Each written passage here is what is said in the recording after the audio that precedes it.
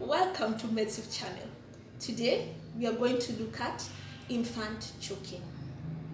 How would you manage if an infant chokes? First, you need to give up to 5 back blows.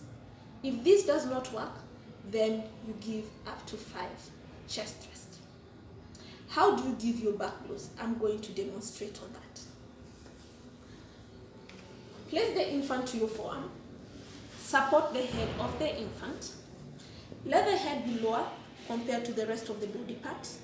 In between the shoulder blades, with the heel of your hand, give the 5 back blows.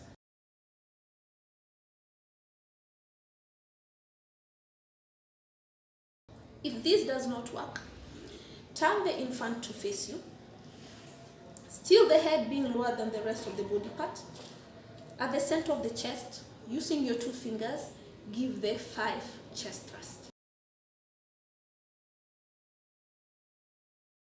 Keep on alternating.